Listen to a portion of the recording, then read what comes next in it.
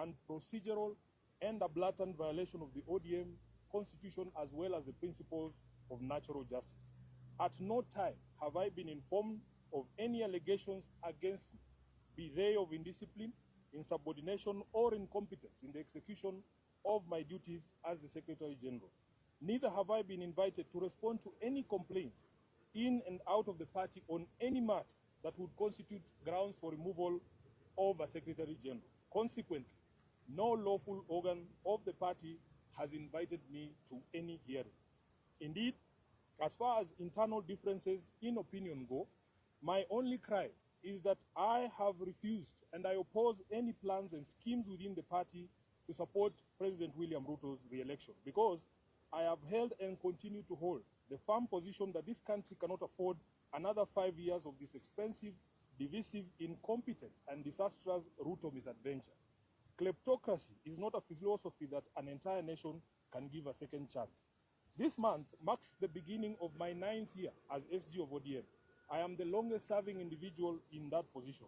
To serve that long at the feet of the enigmatic Raila Odinga needed one to summon all reservoirs of wisdom from all possible sources, but most importantly, to remain a true and loyal student of the great icon.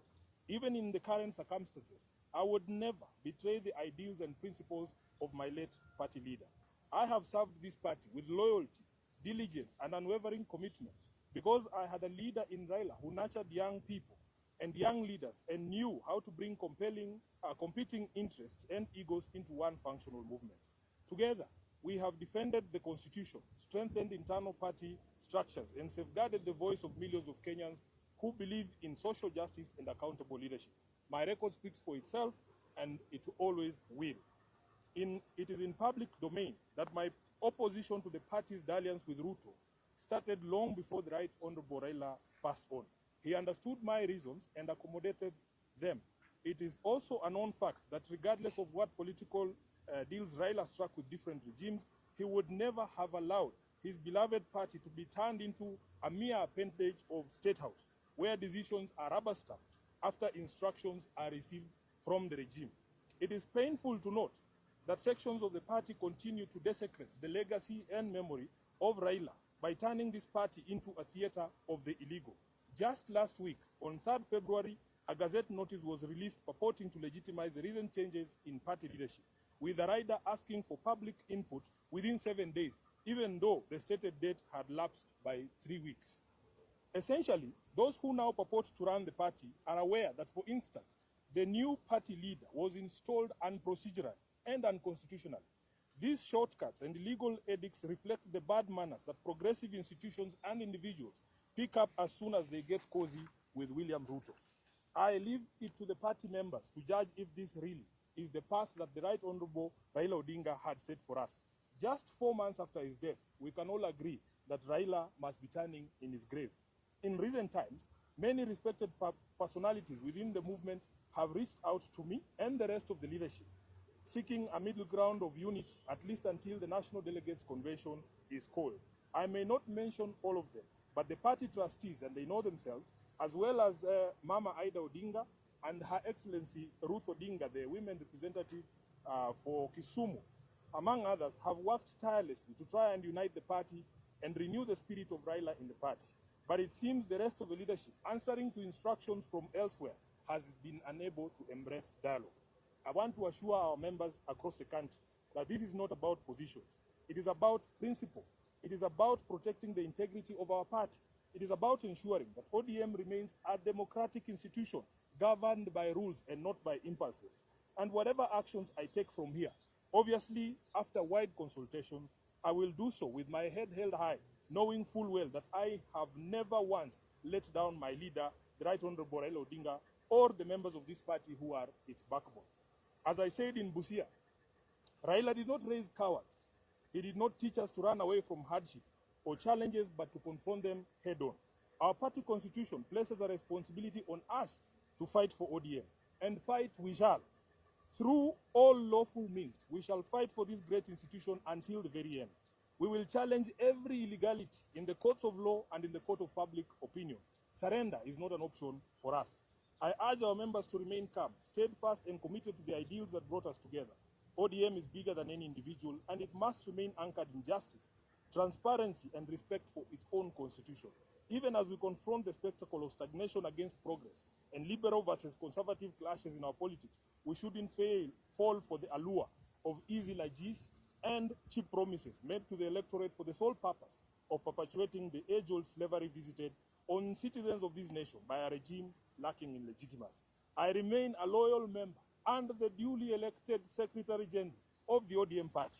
I remain committed to the struggle for a fair, just and democratic Kenya. As I navigate this period, I ask for your prayers and goodwill, but most importantly, for all of you to remain vigilant in guarding the freedoms that Raila Odinga taught us never to compromise over.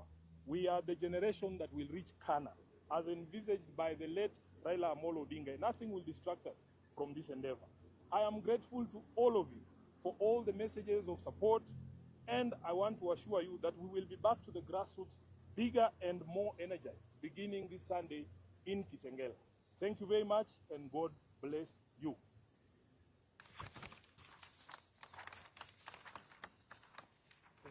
So we will allow the Deputy Party Leader to say a few things.